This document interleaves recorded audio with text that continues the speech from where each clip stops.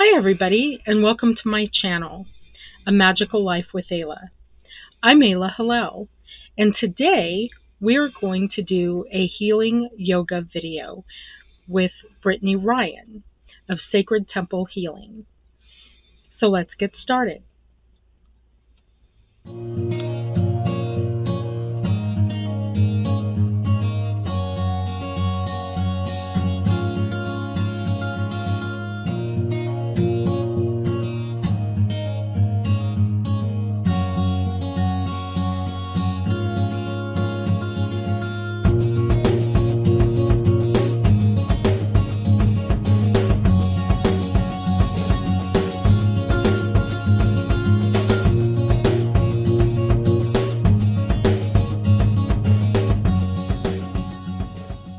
So this is my friend Brittany. We've known each other since Brittany was 18. Yeah, 18, and that was how many years ago? Like 13 years ago? 14. I'll be 32. Yeah, okay, yeah, so long 14. time. And Brittany owns Sacred Healing Temple. Sacred Temple Healing. Sacred Temple Healing in Medford, Oregon, where she does massage and energy work and sound healing and, ta-da, yoga. So I've asked Brittany to do 5, but she actually found 7 yoga postures that she feels are the ultimate in healing. So I'm going to step out. I'm going to let Brittany talk on her own for a few minutes about her practice and about how she feels about these particular postures. And she's going to tell you about the postures, and then she's going to show them to you. Okay, well, welcome. My name is Brittany Ryan, and as Ayla said, I have a private practice that I call Sacred Temple Healing. I have 2 locations. One does my hands-on body work, and what you're seeing here behind me and around me is my yoga studio. Holds about 10 people comfortably with a lot of space, but also a little bit more people if we're doing like a workshop. So Ayla has asked me to put together a brief routine, a handful of poses that anyone can do that is the most healing. So for this, I chose all standing poses. So it will be a requirement that you can stand on both your legs. If I need to do chair poses or poses on the ground sequence at another point in time, I can also do that. So getting started. So there are 7 poses that I chose.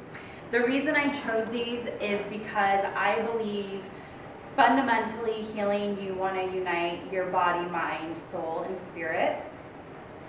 You want to be able to sense your energy that's within you, the energy that makes us alive. And you'd like to be able to feel it from your fingertips to your toes, your head to your tailbone, just everywhere. And that's what yoga is feeling that union of your body, mind, soul, spirit with the greater universal consciousness. So the poses are going to be mountain, 5-pointed star, goddess squat, wide-legged forward fold, Shiva twist, tree, and standing back bend. So all these poses combined from a simple basic standing position, which will be mountain, where we start from. We are incorporating the strength and energy of our arms, forward bending, a little back bend, strengthening the legs, and even a brief twist. So it's balanced. Anyone can do it from a standing position. And hopefully, if you practice these enough, you will really get to sense your own personal energy that is within each of us. You'll be able to tap into it, feel it very clearly, again, from the center of your body all the way out to your periphery, fingertips and toes, and then back into center. Okay. So we'll begin from mountain pose. And one of the things I like to tell people is that at first glance or first try, you may feel like you're just standing here, but you're really not. So oftentimes during the day, and myself included, our energy is very disconnected in our body. And so a lot of times we'll stand like this, we're slumped. This is not so great for energy flow of our body. This is very restricted here, pinched in the low back, hips are not quite as alive as they should be. So when you think about yoga poses, I want you to really think about expansion through your inhale, which is our life force energy at the most basic level, our breathing, and strength on the exhale. So the inhale we're receiving from top down, right? It comes into our lungs first, fills our belly, and then the exhale is strong, breathing things in and to center. So that's how we think about energy flow and life force energy in yoga. So mountain pose is a pose really of presence. And you can think of the image of a mountain, right, being clearly connected to the ground. A mountain is ground, is earth. And yet the mountain also reaches up. So there's an upward lift and growth of a mountain. It's reaching up toward the heavens. So you can imagine that with yourself. So your feet will be together, legs together as much as possible, or at least hip width. But if they can touch, do that. Your knees are not going to be locked. They will be straight but soft. See how there's a nice bounce in my knees. And then pelvis neutral. So you can kind of play for a moment to find that neutral, comfortable, very anchored in pelvis. Rib cage on top of that, and hands just at your heart center. And this is where you can begin to really sense in to your life force energy. Okay, you can feel the heat, maybe some subtle energy vibration right here in between your palms where they're touching. You may also feel your heartbeat, which is your life force energy. You may also notice the subtle way in which your body moves and responds to your inhale and exhale. The subtle expansion and the subtle relaxation. And you can stand here with eyes open, looking at something, or you can stand here with your eyes closed if you want to make it more of an inward meditative experience.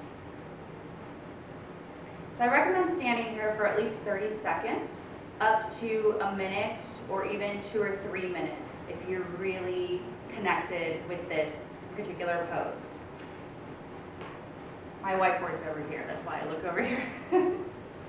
So from mountain, you've been here for about 30 seconds, maybe a couple minutes. You're going to take your feet nice and wide, and inhale, bring your arms nice and wide. And you're going to stand here. Feel your energy coming out from your heart center, your core, all the way out through your arms. This is called 5-pointed star. So you imagine that you're a big, bright star, you're strong, you're magnetic. And similarly, through the bottom half of your core, your waist, you feel that energy coming out through your legs and your feet. And it always helps to have a little bit of a toe splay, strengthening the feet and also making sure there is lots of connection between foot and ground. There's more surface area there. And you just breathing here. Again, I recommend minimum 30 seconds, and you will feel the aliveness and the strength in your arms, and especially if you're not used to holding your arms up overhead, and many of us are not. Many of us are very tight to our bodies here, again, constricting that energy flow. So bring them up here, minimum 30 seconds. Again, a couple minutes if you're really vibing with this. Stretch out your palms, stretch out your fingertips away from each other. That's gonna activate the dense muscular energy, but it's really being activated by your subtle life force energy, your magical energy. And then from here, we're gonna turn the toes out. Heels will come in more. Arms, I'm wearing a skirt here, so it has a skirt and shorts. Arms are gonna come from straight out to a nice 90-degree bend at the elbow. Toes are out, wider than your hips, and you may have to play with the angle of this a little bit, make sure it's comfortable. You're gonna take an inhale, and then you're gonna exhale straight down into a goddess squat. So the hips and knees and feet are all pointed outward. So this is not a squat like this. This is a very wide-legged, open pelvic floor squat. So we're really working here on the root energy, your root chakra, and also sacral, and also your solar plexus. And this is going to be a little more challenging, so I would recommend just doing a few breaths here, and then on your inhale coming out. You can also make this dynamic on an inhale starting at neutral or coming out, and then exhaling down.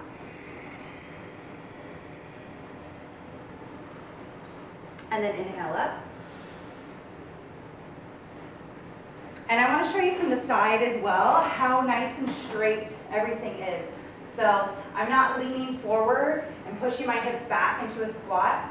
Like we did in mountain, you imagine your pelvis is very neutral and anchored down, grounded. So it looks like this.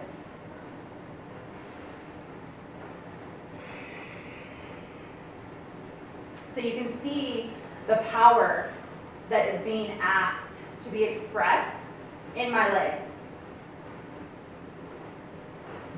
Okay? So from there we have five-pointed star goddess squat. We can then bring the arms down nicely, maybe even want to briefly come into mountain. But the feet will either stay wide or come back to wide. It's the floor, I'm sweating. I need grip.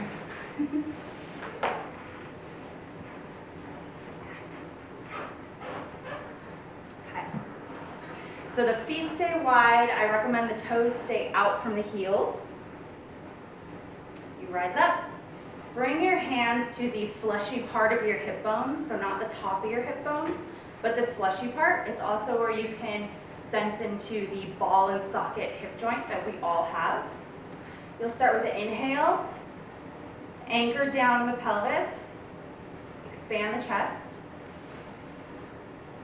And from this ball and socket hip joint, you're going to move forward on an exhale. You can see how I'm really bending from here as far as you can go. And you may need blocks or big books, whatever you have at home. And then when you've come as far as you can with the hip joint, then you can come into spinal flexion.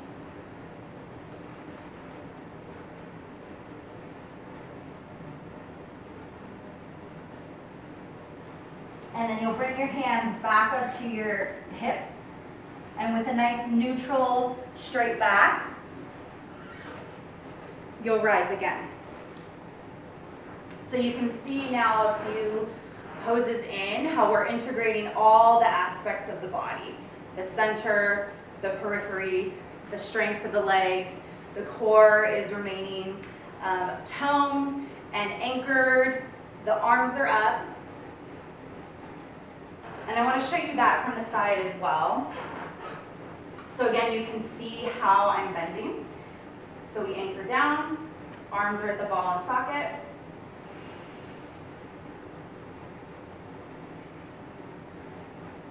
You can see how my back is pretty straight. I'm bending from here, from here still. That's about as far as I can go. And then I can bring in the rest of my spine. And you want to also tuck your chin in towards your throat.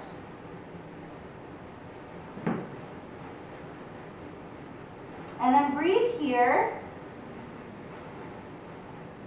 Minimum 3 to 5 breaths.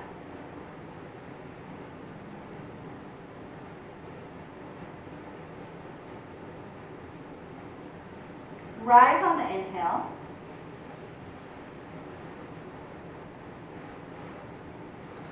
And again, if that pose is something that particularly you connect with, you can also stay for longer. You're welcome to stay in any pose in yoga for as long as you feel comfortable, easeful with your breathing, and nice and relaxed and open. That is the intention of poses, is that we don't use them just as like motions we go through, but actually things that we can be very present, still, and comfortable in for as long as possible. Okay? And from there, your feet were wide. You're going to bring them back in and come into a Shiva twist. So Shiva twist is going to ask you to lift one of your legs up at 90-degree angle at the hip and the knee. So we have some strength here in the standing leg, some strength here in the lifting leg. You're going to bring your arms back up to 90-degree angles at the elbows. We sometimes call this cactus arms as well. And you're going to take an inhale. And then you're going to twist in the direction of that bent leg. And take a couple breaths here. You can also, on twists, with an inhale, ease out a little bit. And then with the exhale, twist a little more. Just an option there. And then you'll relax everything down and take it to the other side. Of course, you don't have to rotate. I'm rotating for the camera.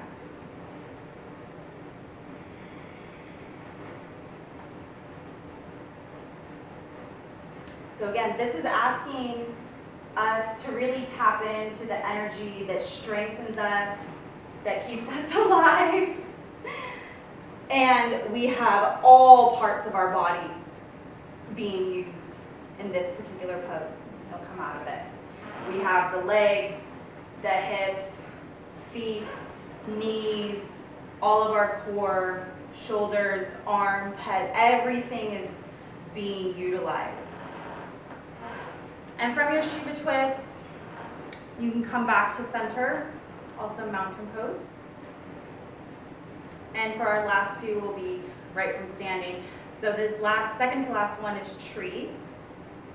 With tree, you have 3 options. It is also a one-legged balancing pose. Here are your options. Right here at the ankle, so that your weight is going to be in the standing leg, but maybe you need a little kickstand. So you're just on the top of your toes there. And then when you've mastered that, you can come right to the meat of your calf muscle. And then when you've mastered that, you want to grab that foot and bring it up to the highest point that you can of your standing leg thigh. And your options for arms are right here at center, straight up above. And maybe you want to look up if you really want to work on your balance, or you can even bring your arms wide. And breathe here for 3 to 5 breaths. I like to keep my students in that for about a minute and a half to really work on balance. So again, you can do things for longer. And of course, you'll take that to the other side. So you can shake out your standing leg, release I like to call it the tension effort, right? Because every time we go to move, we are creating purposeful tension in our muscles.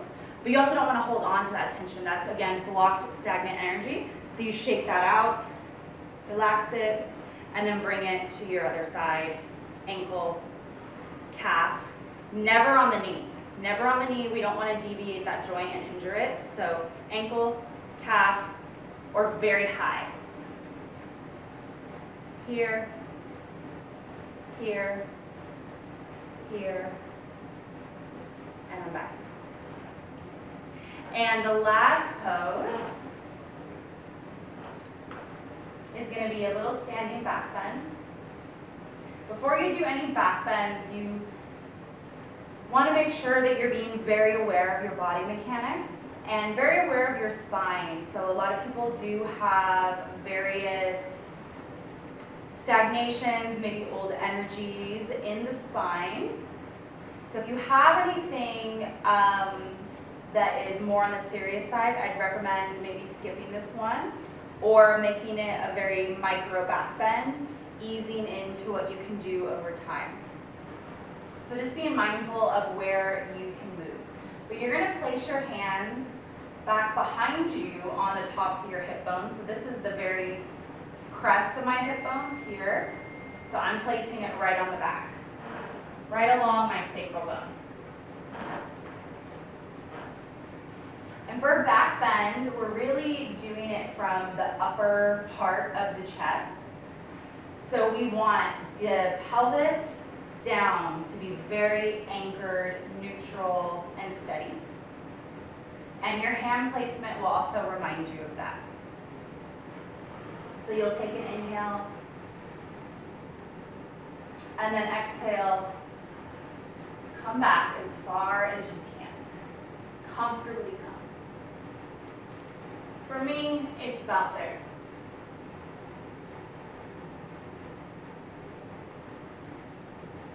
And just start with one breath. If you haven't done back bends before, that will be enough. If you're new to back bends, you're probably just going to be here, really starting with your very upper chest and head and neck. And just think about how you are opening the energy of your heart here. You're pulling your arms back behind you, broadening this. Remember what I said at the very beginning when I talked about mountain pose? Many of us are very collapsed like this. A lot of us are walking around with wounds and trauma and heartbreak, and that's just kind of a part of life. We all go through things. So I believe one of the things about healing, one of the things about magic, creating a magical, healed life for yourself is your willingness to show up, your willingness to grow and change, but ultimately just being present with yourself. So imagine that you are, when you're doing any back bends, you're really offering yourself an opportunity to be different. An opportunity to, instead of being heart closed, you're offering yourself the opportunity to be heart open, even if it's just for one breath. So just be mindful of your spine. And even if all you can do is look up, you're setting yourself up for future movements. And if you feel very comfortable here, hold it for as many breaths as you would like. And then when you're ready, you can come back to center. And I like to recommend that people do a brief body scan here for the sole purpose of noticing how the yoga practice affects you.